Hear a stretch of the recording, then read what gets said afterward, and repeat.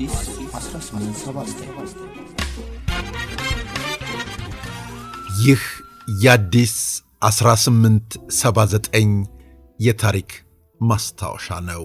አብርሃም ረታ ዓለሙ አልን ተባልን ይባላል በማለት ከ1848 እስከ 983 ዓመተ ምህረት ያለውን ታሪክ ያለውን የተባለውንና ይባላል የተባለውን እንዲህ ከትቦት ነበር።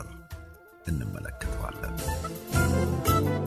በ1800ዎቹ ሩብ ዘመን ታሪክ መሳፍንቱን ከሪንጉ በመዘረር እነራስ አሊን ወጪ ማድረግ በቦታቸው ቋረኛ ካሳን አስነስቶ ከማዕዘን ማዕዘን እየተወናጨፈ በጽኑ የድሆች ድጋፍ ንጉሠ ነገሥት ቴዎድሮስ አልተሰኘምን?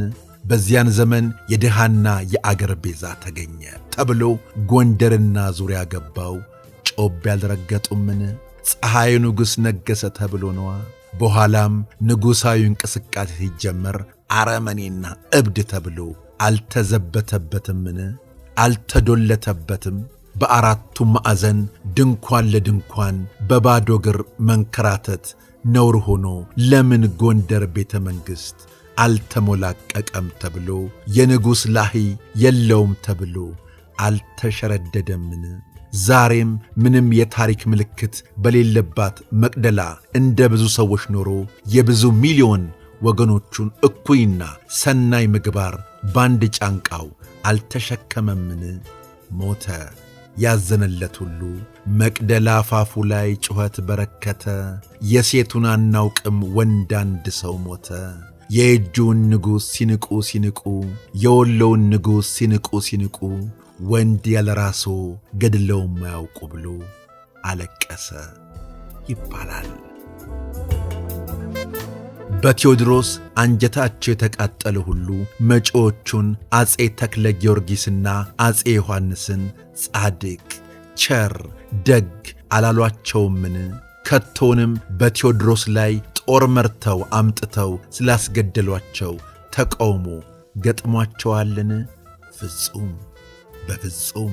እንዲያውም ካረመኔና እብድ ገላገሉን ተባለ እንጂ ዶሮ በየፍጉ ክምር ቆሞ ይጮኻል ሆነና ነገሩ።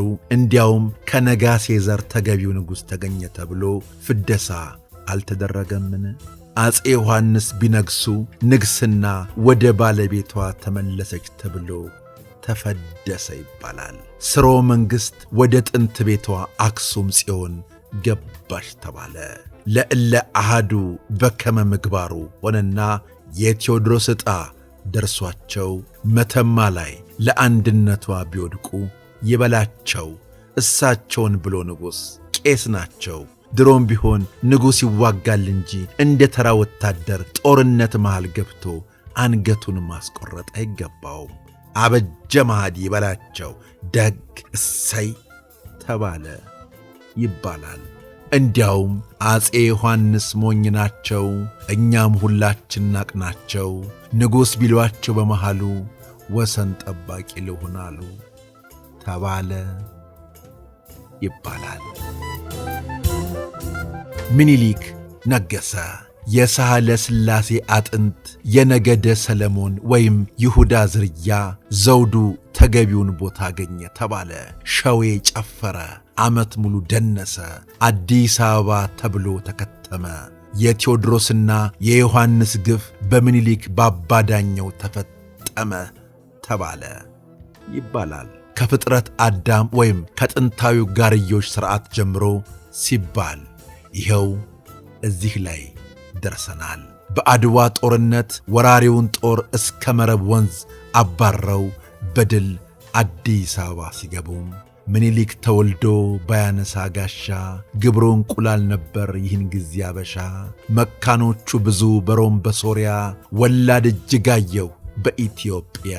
ምኒልክ ተጉዞ የምትጠይቀኝ ፊትም አላለፈ ኋላም አይገኝ ተባለላቸው ይባላል። ሰንበት ሲባልም ወቃሽ ተነሳባቸው።